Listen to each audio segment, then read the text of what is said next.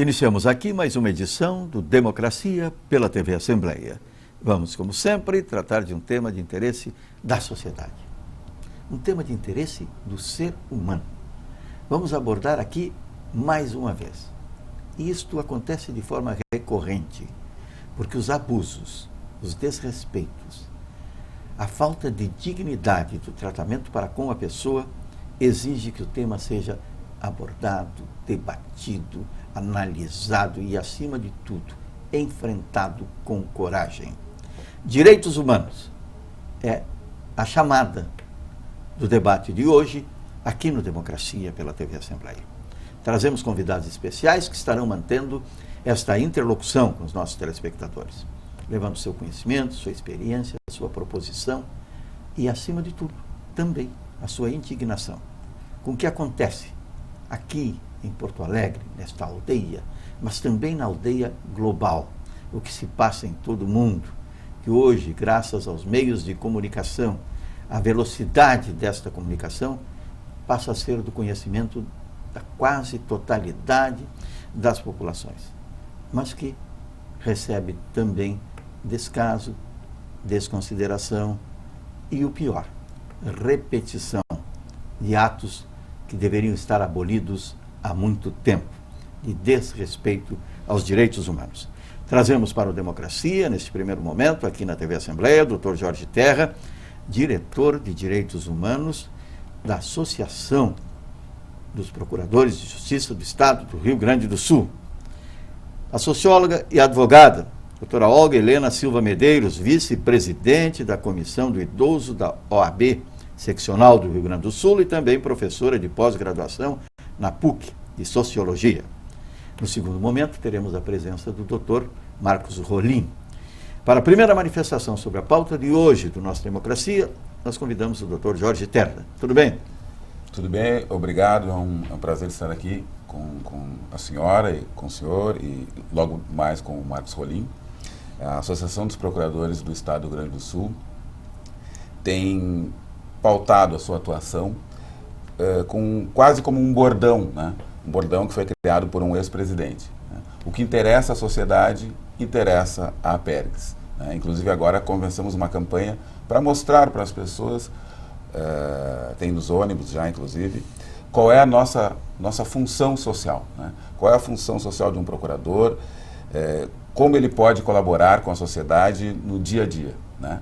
Muitas das vezes nós temos uma visão um pouco distorcida, as pessoas têm uma visão um pouco distorcida da nossa atividade. Bom, mas no que nos traz aqui, que é a questão dos direitos humanos, nós percebemos que há necessidade crescente de uma educação em direitos humanos. Nós precisamos de educação inclusiva. Né? Nós estamos vendo diuturnamente fatos, como bem disse o senhor Batista Filho, se repetirem. Né? Há uma certa comoção num dado momento, mas logo em seguida vem um outro caso. E nós somos um país que cresce e um país que está atraindo pessoas para cá. Então, agora, por exemplo, estão vindo haitianos, senegaleses, né? E isso, diferentemente do que se imaginava, que era nós nos sentirmos importantes por estar recebendo pessoas que estão fugindo, ou por questão política, ou por questão até climática. Né? Pelo contrário, nós estamos vendo algumas demonstrações de hostilidade para com essas pessoas. A Apergs, portanto, tem tentado, dentro das suas possibilidades, inclusive tem uma outra campanha, que é E por Falar em Direitos Humanos, que nós produzimos 24 vídeos, são 24 temas diferentes, e a partir deles nós instauramos debates. Né? Agora, nessa fase, nós começaremos a trabalhar nas escolas públicas e privadas, né? E com o intuito de disseminar esse caminho educativo, digamos assim. A Procuradoria também, não a Associação dos Procuradores, mas a Procuradoria também, por intermédio da sua Comissão de Direitos Humanos, também durante o ano intensificará as suas atividades junto à sociedade, né, promovendo debates e também ações, né, porque não adianta ficarmos somente realizando eventos, nós temos que ter grupos de trabalho também focados em determinadas questões. Muitas das vezes as pessoas conseguem identificar situações de preconceito racial, por exemplo, ou de preconceito de gênero, ou preconceito etário, né, em outras sociedades, mas não conseguem perceber que isso acontece na nossa sociedade, né? No dia 2 de junho, foi realizado um evento, Poder Judiciário e Igualdade Racial, que foi promovido pelo Memorial do Poder Judiciário, pela URGS e pela Rede Afro-Gaúcha de Profissionais de Direito, e lá foram apresentados alguns dados que são alarmantes e são da região metropolitana, dando conta das diferenças salariais entre negros e brancos, e sobretudo a mulher, tem uma questão de gênero também, porque o homem branco está numa primeira faixa, a mulher branca numa segunda faixa, o homem negro numa terceira faixa e a mulher negra na quarta faixa. E são diferenças gritantes. Em alguns momentos, chega a ser, se somarmos o grupo de brancos com o grupo de negros, o grupo de negros perceber a metade do que percebe o grupo de brancos. E isso aqui, na nossa região metropolitana. Nós estamos falando de uma outra região distante, onde haja conflitos raciais mais agressivos, digamos assim, né? É uma sociedade, a nossa sociedade não se diz racista, mas ao mesmo tempo ela tem uma estrutura que permite que o racismo se perpetue. Assim também como tem preconceitos etários, né, que diz que não tem, mas ainda tem, e de gênero e de sexualidade ainda são muito flagrantes na nossa sociedade. Portanto, a questão da educação é fundamental nesse processo, né?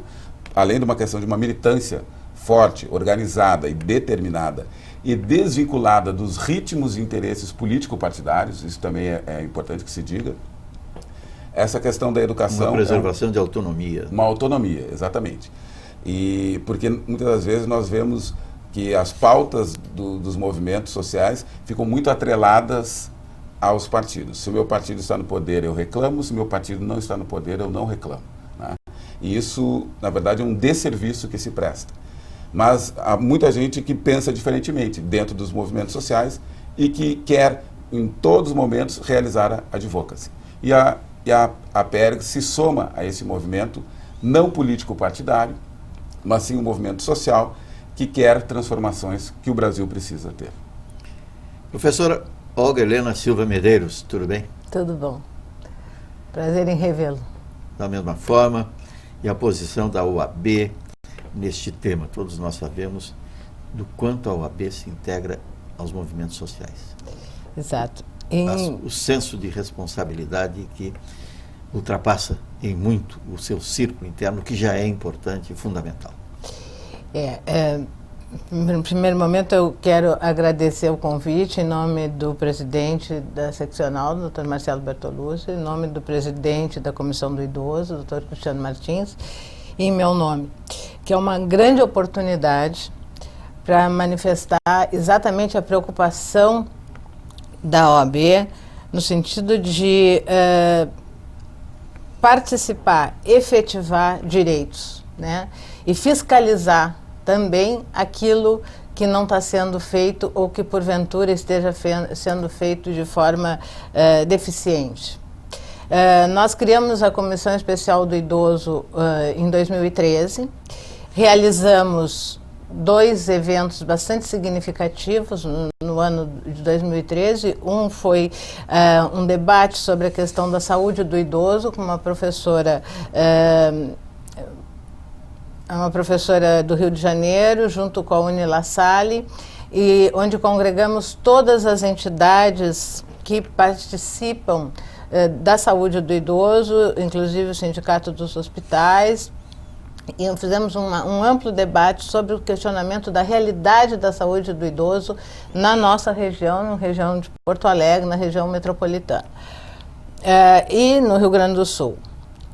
Além disso, fizemos uma audiência pública, onde pedimos a todos os tribunais que trouxessem dados referentes a um aspecto específico, que é a celeridade dos processos, o andamento processual prioritário dos idosos. Porque nós sabemos que pelo vasto volume de processos, né, a realidade hoje é que, em que pese existir a legislação que determina essa prioridade se atém a um carimbo dizendo idoso, e sai de uma fila e vai para outra, e continuamos com as dificuldades. Essa preocupação toda da ordem advém do fato de que nós somos uma população envelhecente. Faz muito tempo que deixamos de ser um país jovem, né? Nós somos uma população envelhecente no sentido de que, pela Organização Mundial da Saúde, o percentual de crescimento da população idosa em relação à população normal seria de 3 para 1. Né? Hoje, no Brasil, tem 22 milhões de idosos.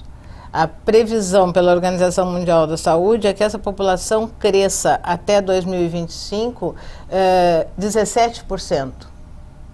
Uma população que crescia uma média de 8%. Desses 17%, essa grande população idosa tem uma característica significativa e que tem que ser ressaltada. Nós falamos de população idosa e, se nos ativermos a questão cronológica, o Estatuto do Idoso diz que a partir dos 60 anos. Bom, mas então nós temos uma gama de pessoas de 60 a 90 anos que compõem uma população extremamente heterogênea, que tem vontade, que é arrimo de família. 60% dessa população é com o seu salário que mantém a família. Nós temos uma população que ama, que tem condições de ser membro, né, ministro do Supremo Tribunal Federal, mas ao mesmo tempo, depois dos 70 anos, não pode escolher o seu regime de bens para casar. Então, tudo aquilo que eu construí aos 70 anos, eu sou considerado sem condições, inapto a decidir para viver o meu amor da melhor forma possível, né? Ou viver a minha vida da melhor forma possível, partindo do princípio que a herança só existe depois que se morre. Então, até morrer, tem um pensamento do Rollo May, que eu gosto muito, que diz assim: eu tenho 2 certezas na vida. Uma é que eu estou vivo. A segunda é que eu vou morrer. O que importa é o que eu vou fazer entre essas 2 datas. E é por aí, né? Então, nós temos uma necessidade efetiva de buscar políticas públicas, porque essa crescente população idosa, extremamente heterogênea, necessita, sim, uma inserção concreta dentro da nossa realidade social. Veja, diante da sua exposição, que teremos mais 35 milhões de idosos na data mencionada. É isso aí. Não? E haja mercado de trabalho, e haja saúde, notadamente serviços de saúde para essa população, que nesse aspecto está cada vez mais vulnerável e desprotegida. Nós estamos chegando um pouco antes, ao final do primeiro bloco do Democracia, aqui pela TV Assembleia, porque queremos ter imediatamente a presença do jornalista, doutor e mestre em Sociologia, Marcos Rolim, nesta conversa que será mantida no segundo momento entre os nossos convidados, para o melhor e tenho certeza do muito bom esclarecimento dos nossos telespectadores. Voltaremos em seguida com Democracia, aqui pela TV Assembleia.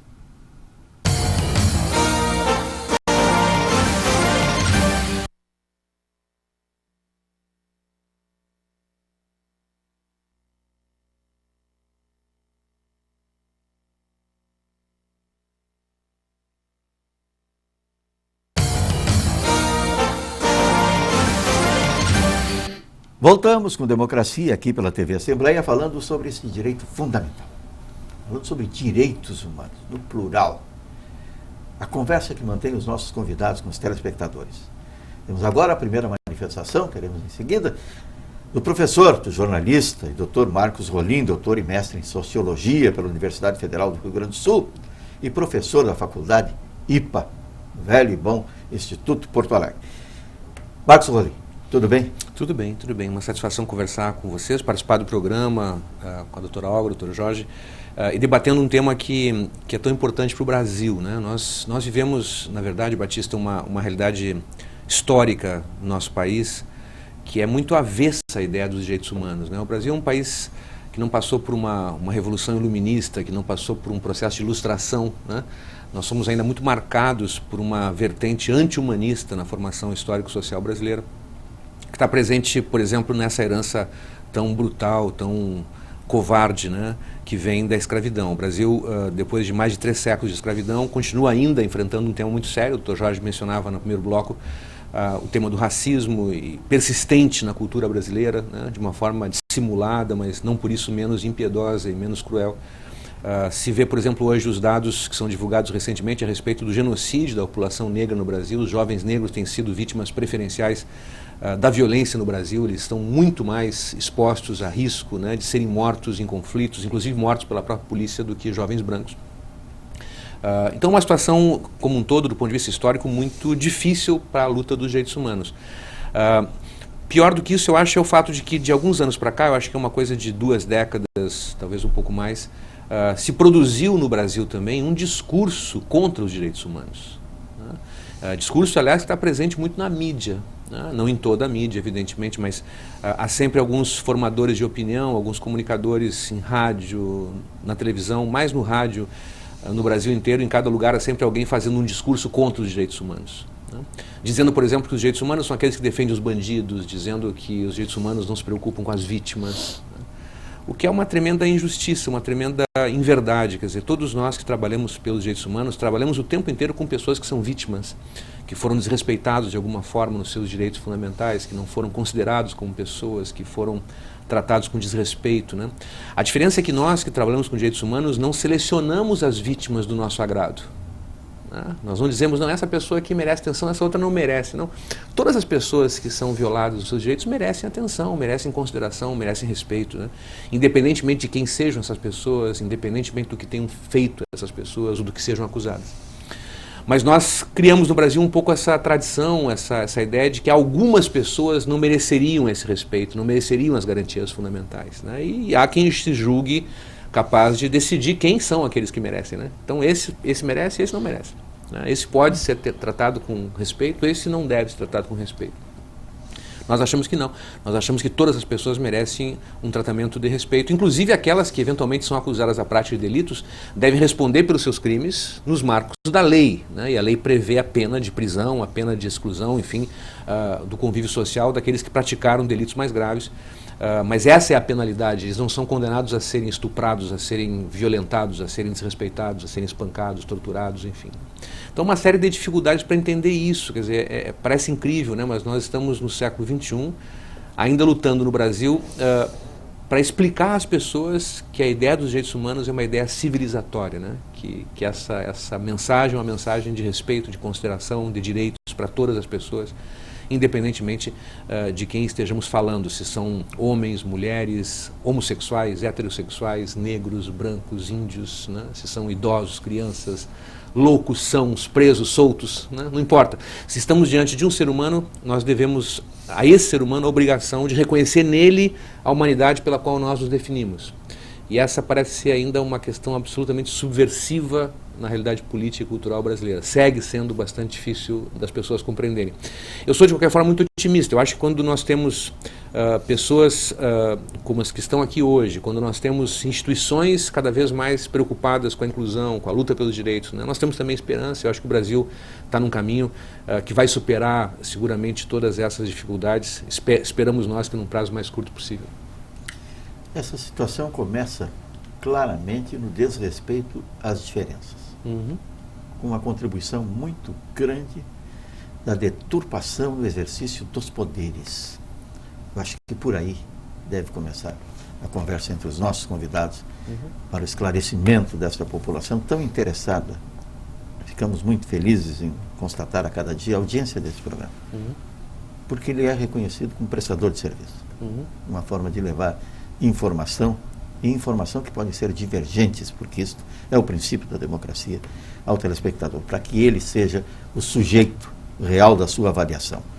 Aí a conversa se desenvolve entre os três, que eu tenho certeza que será muito melhor do que ficar aqui ouvindo esse apresentador, que é mero cronometrista do programa. Mas só uma observação, Batista, sobre isso ainda, muito breve. Me parece que esse tema do papel social que a imprensa pode cumprir, que a mídia deve cumprir, é tão importante, né, numa realidade como a nossa. A gente acompanha às vezes programas onde os entrevistados são os que menos falam e os entrevistadores têm opinião sobre tudo e às vezes muito intolerantes, né? Quer dizer, o teu programa tem essa diferença que eu acho que é fundamental, quer dizer, de ser um programa que permite de fato a discussão, o debate, o esclarecimento às pessoas, leva informação às pessoas. Eu acho que esse é o papel fundamental. Nós temos que esclarecer, informar e permitir que a diferença possa ser aceita com todo o respeito, né, que ela merece.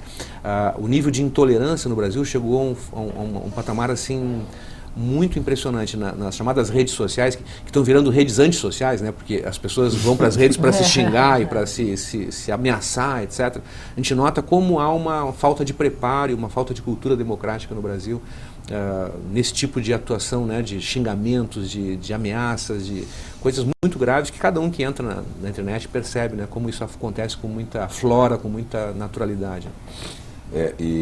Muitas das vezes essas pessoas que demonstram essa intolerância parecem estar representando um personagem, né? E um personagem essa representação de personagem muitas das vezes traz algumas vantagens, né? Tanto que até assustadoramente, né, os mais votados no Rio Grande do Sul, no Rio de Janeiro, em São Paulo, foram aqueles que tiveram demonstrações nacionalmente conhecidas por intolerância, né? Parece que querendo trazer para si uma fatia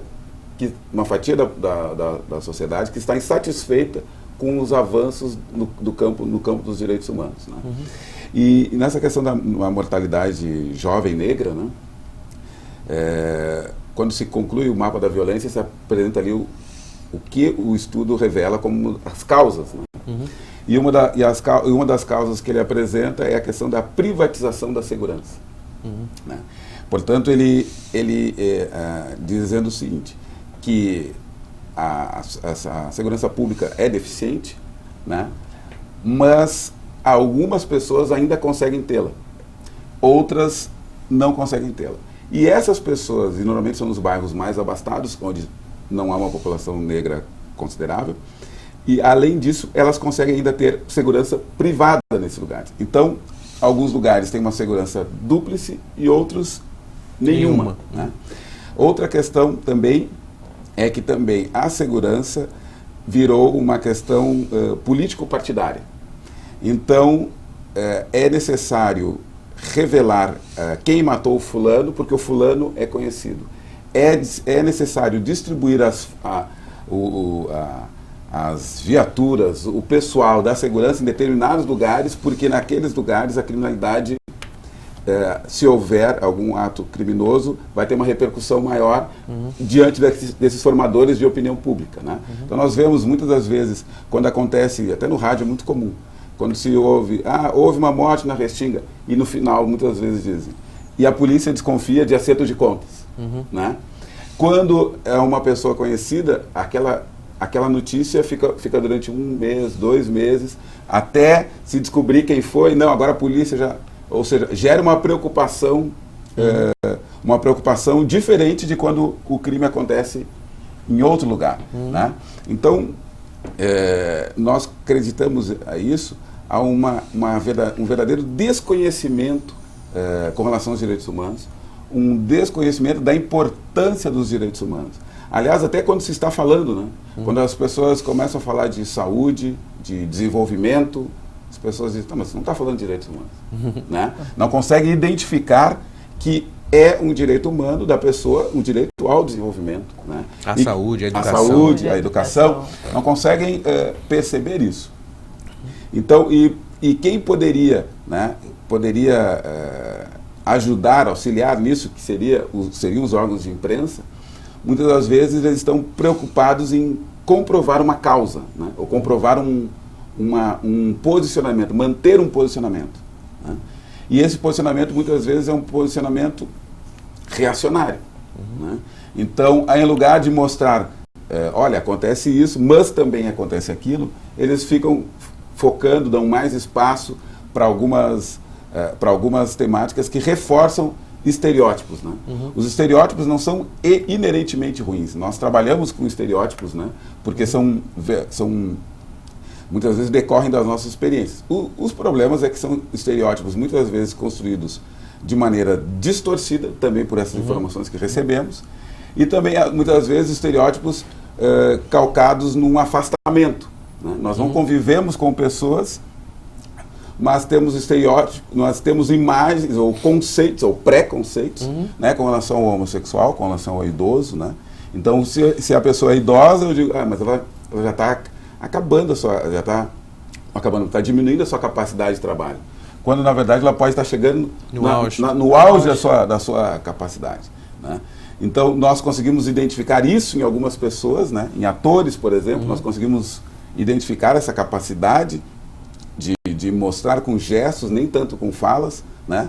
Hoje nós temos 2 atrizes que são idosas, né? Estão representando um casal de homossexuais, né? Na novela das 9, e nós vemos pela vestimenta, a postura, a fala, nem sempre ela fala mesmo mas isso a gente consegue identificar. Mas por causa de um beijo, baixaram um ibope da novela barbaramente. Exatamente. E aí mostra, né? Mas nós não conseguimos identificar isso no nosso ambiente de trabalho. Um colega que não precisa nem ser idoso, mas tem cabelos brancos, a gente já começa a tratar de maneira diferente, considerar de maneira diferente. Eu gostaria de pegar esse gancho, né, da questão da violência e da violência. Quando a gente fala da violência, uma preocupação que fala diretamente aos direitos humanos é a violência intrafamiliar. Porque a gente sabe, por exemplo, que na questão da mulher, na questão da criança, do jovem, do adolescente e na questão do idoso, a violência normalmente, mais de 80% das vezes, é sofrida dentro de casa. E, em especial na questão do idoso, nós temos aqui uma dificuldade desse idoso demonstrar isso, chegar a isso, trazer isso a público, porque ele fica afeto, vamos dizer assim, muitas vezes vinculado ao cartão da sua pensão, que não está mais no seu poder, está com aquele seu filho, ou enfim, aquele que cuida dele, e bem ou mal, escorraçado ou não, ele não tem meios de chegar para se manter, para se expor, para colocar isso, e ainda diz assim, mas se eu não tiver ele que cuida de mim, quem vai me cuidar? Isso nós estamos falando da vulnerabilidade, né, do idoso. Mas isso acontece, sabemos nós, né, na questão da violência contra a mulher, da violência contra a criança, contra o adolescente, e do adolescente violento dentro de casa, e do idoso violento dentro de casa. Até tem uma máxima que diz o seguinte, porque eu fiquei velha, eu não fiquei boazinha, né? Eu não virei boazinha só porque envelheci. Então eu digo assim, e por outro lado, nós temos a questão da efetividade desse idoso no mercado de trabalho, na vida social e política do país, né? Quando nós temos essa gama assim, de 60, 90 anos ou mais, aí no mercado de trabalho, inserido, trabalhando e tal. Quando a gente aborda a questão da saúde do idoso, as coisas se agravam, né? Nós temos, assim, uma ínfima gama de políticas públicas funcionando e um total, como diz o Marcos, falta de informação, de desconhecimento dessas políticas públicas. São pequenas, muito pequenas, né? Mas elas podem ajudar, elas podem contribuir ou minimizar as dificuldades encontradas pelos idosos que dependem delas, de saúde carente, né? Então nós temos como, por exemplo, a LOAS, que fornece um salário mínimo, a possibilidade de abater no imposto de renda quando precisa de um cuidador efetivo, entre outras políticas, né? E por aí afora. Com isso, com esse objetivo, nós já em fase de elaboração, junto com o COMUI, a OAB, junto com o Conselho Municipal do Idoso, pretendemos lançar em outubro a Cartilha dos Direitos dos Idosos. Essa cartilha vai ser proposta da seguinte forma. Nós vamos buscar ali informações concretas, nos dirigir aos órgãos que efetivam essas políticas públicas e vamos colocar ali informações objetivas e concretas. Por exemplo, o idoso que necessita fralda geriátrica, onde é que ele compra? Quanto tempo tem a validade da receita médica para o idoso que precisa retirar o seu medicamento? Enfim, esse tipo de informação concreta, objetiva, vamos assim e tentar fazer com essa cartilha uma ampla divulgação desses direitos para um acesso efetivo desses idosos que são mais vulneráveis. Por outro lado, nós temos os idosos que estão aí no mercado de trabalho, se impondo, trabalhando, né? De cada 3 aposentados, 1 retorna ao mercado de trabalho por absoluta necessidade financeira e de manter a família. E temos os idosos aí trabalhando como babá dos seus netos, dos seus bisnetos, cuidando da casa, efetivando os serviços domésticos, por falta de condições financeiras para isso. Por outro lado, a mídia nos leva ao botox, ao que é jovem, ao que é bonito, ao que é eterno, e que nós temos que o velho é descartável. O velho não... Ai, coitadinho do velho. Né?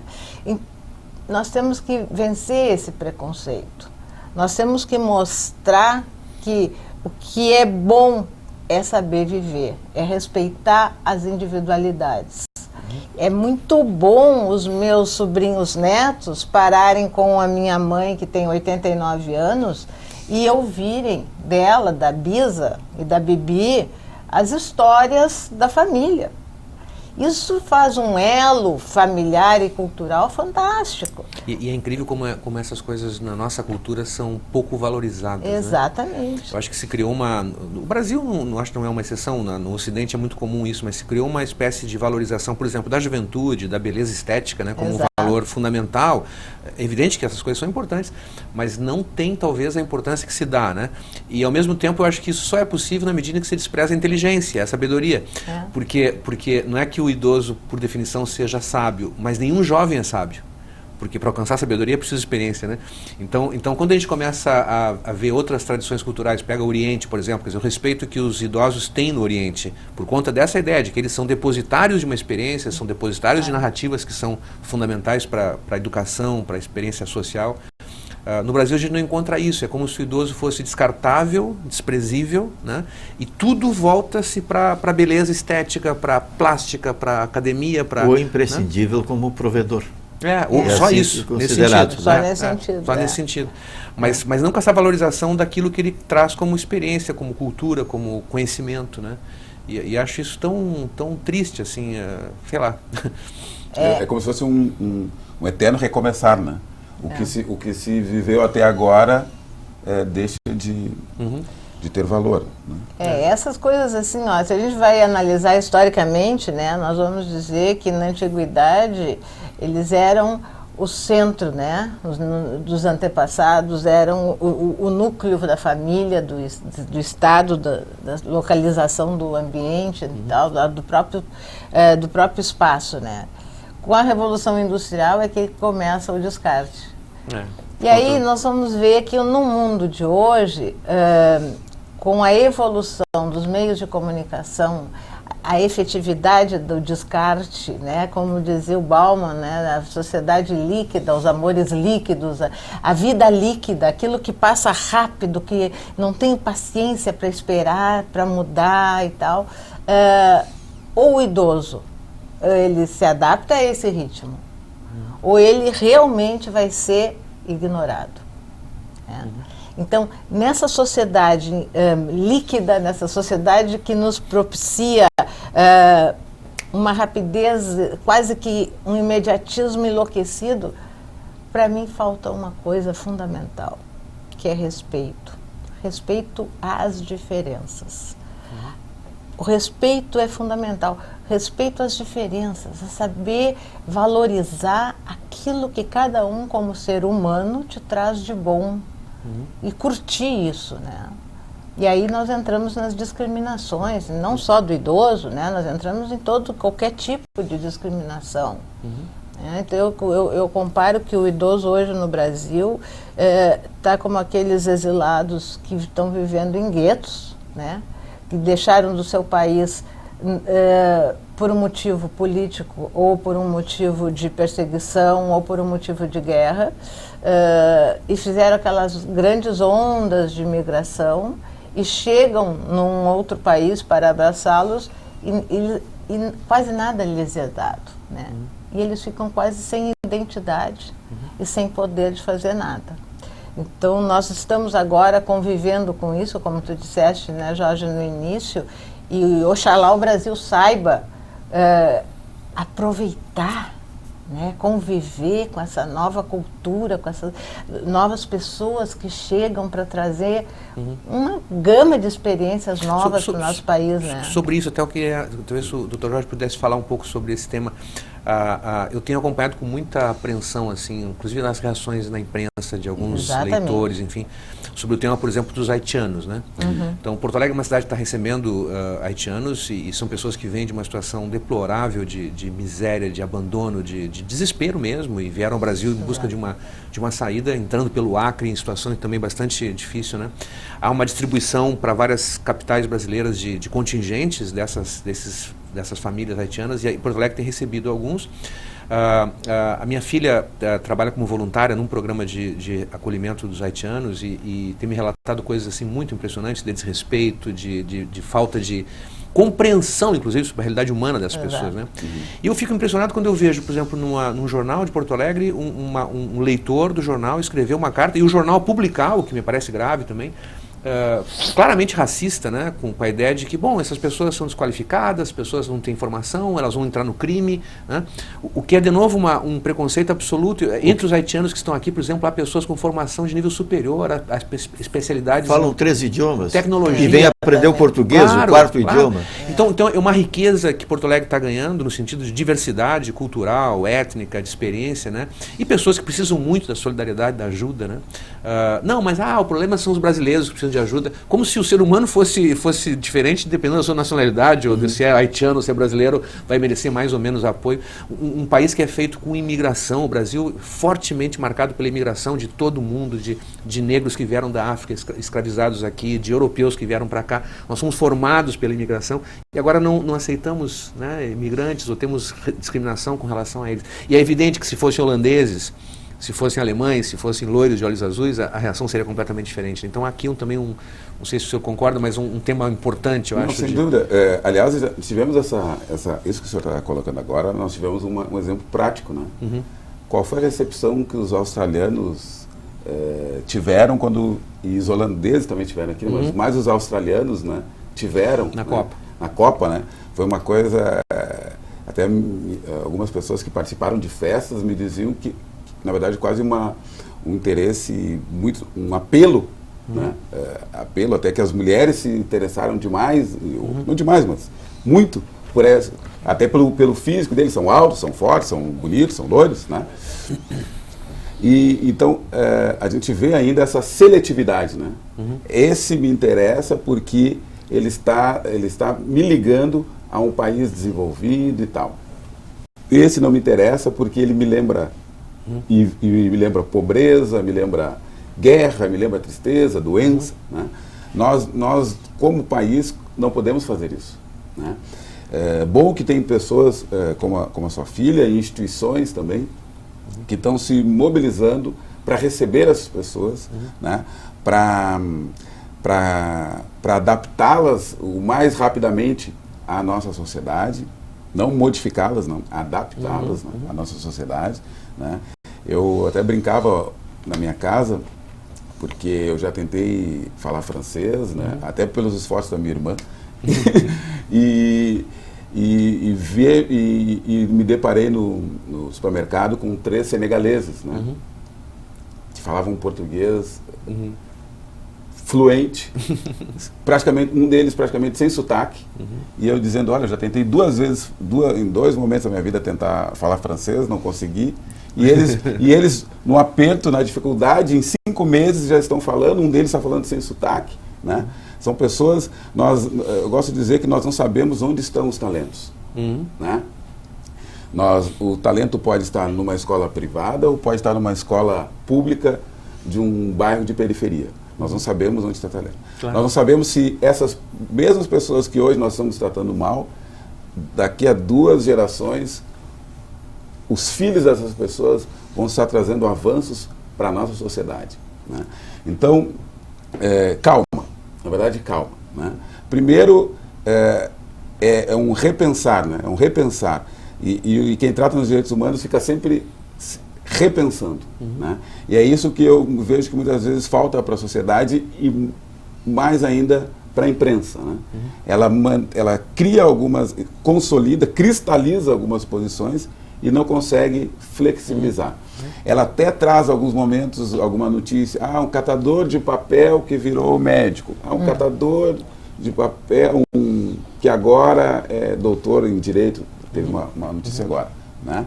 Ou nós podemos ficar felizes que tropas haitianas, né,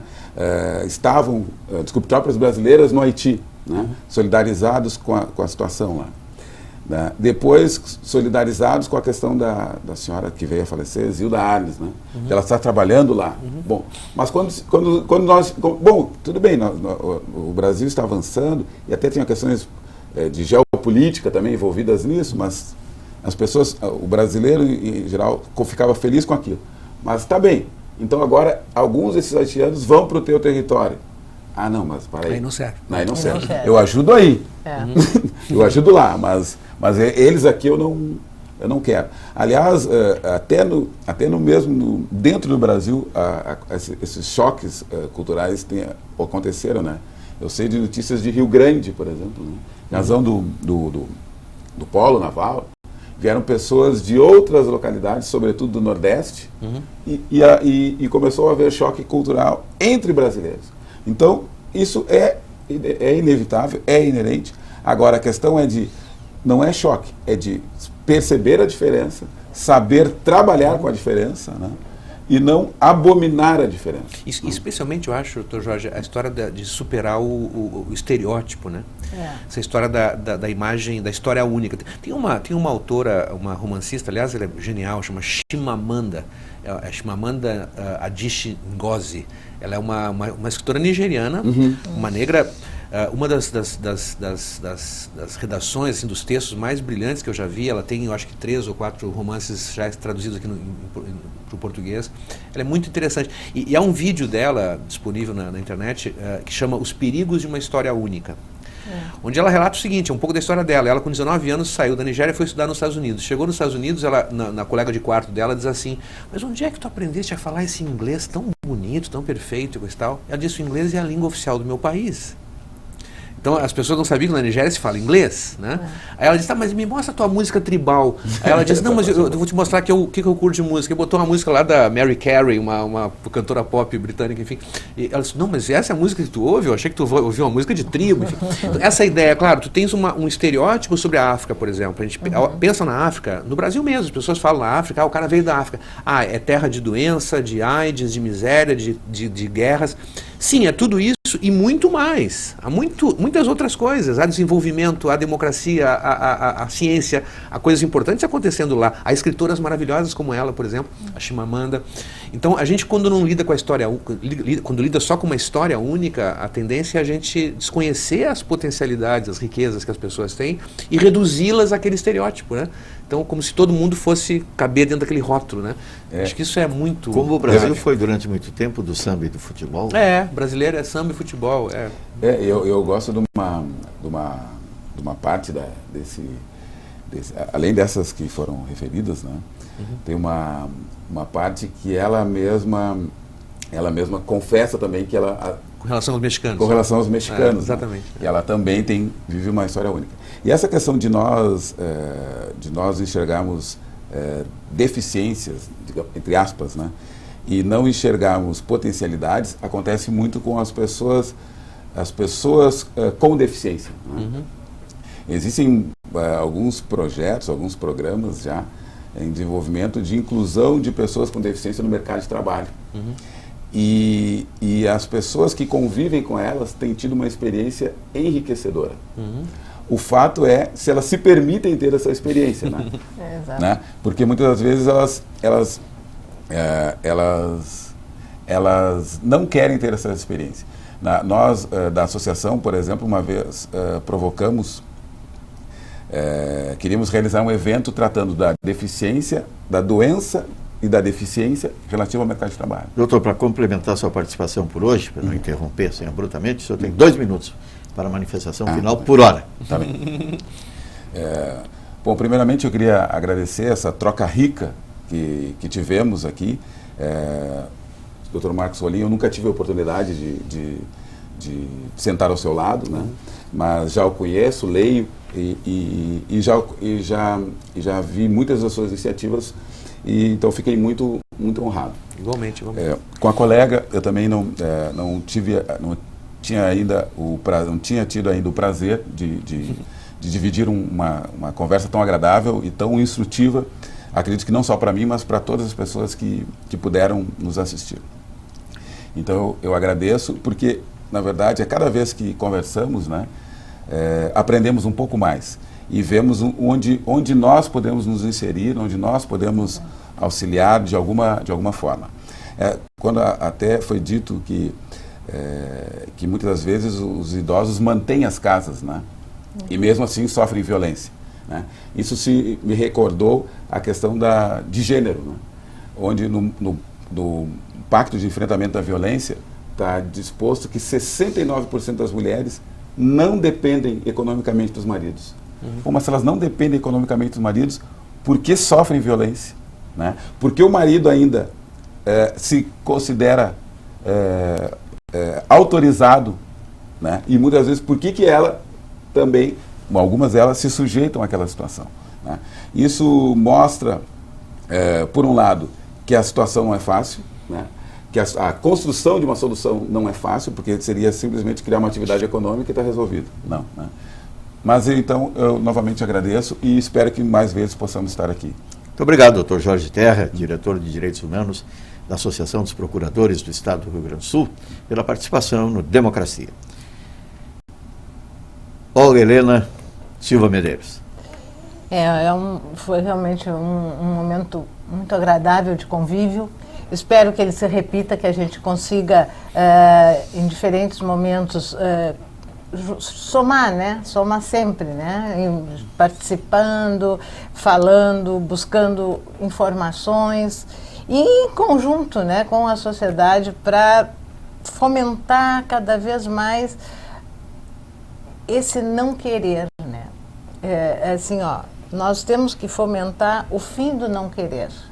Todo mundo deve buscar a solidariedade. Solidariedade, para mim, não é uma utopia. A solidariedade é uma vivência. As pessoas que se dispõem, o Dr. Marcos Rolim é um exemplo clássico disso, né? Que se dispõem a entender o outro e a viver o outro, né? Se abrem ao outro, essas pessoas vivem melhor, são mais felizes. Não precisa de botox, tem menos ruga, né? Sofrem menos, porque estão abertas ao outro. E eu acho que a nossa função, então, dentro das características que aqui o programa traz, dos direitos humanos, é justamente essa.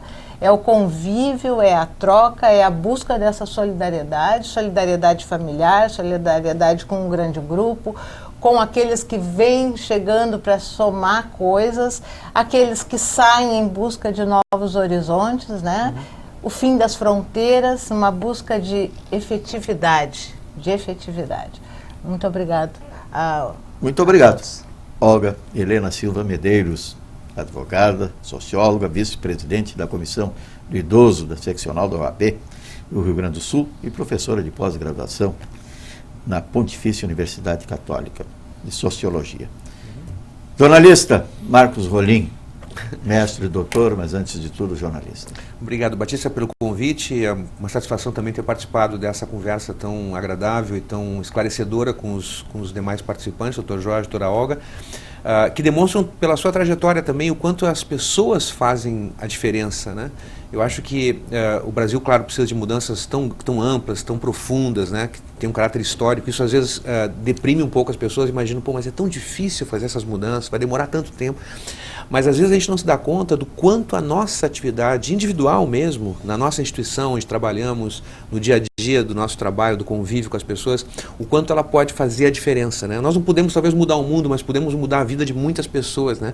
E as pessoas são de fato impactadas por essa vontade, por essa predisposição de solidariedade com a qual nós conversamos aqui sobre esses temas. Então, essa disposição de compreensão, de desenvolver políticas públicas que sejam inclusivas, de combater o preconceito, de combater a intolerância, me parece um desafio fundamental no Brasil, mais agora talvez do que antes, né? O Brasil vive um momento muito difícil, Batista, de uma agenda especialmente muito conservadora no Congresso Nacional, com ameaças graves de retrocesso pautadas aí adiante.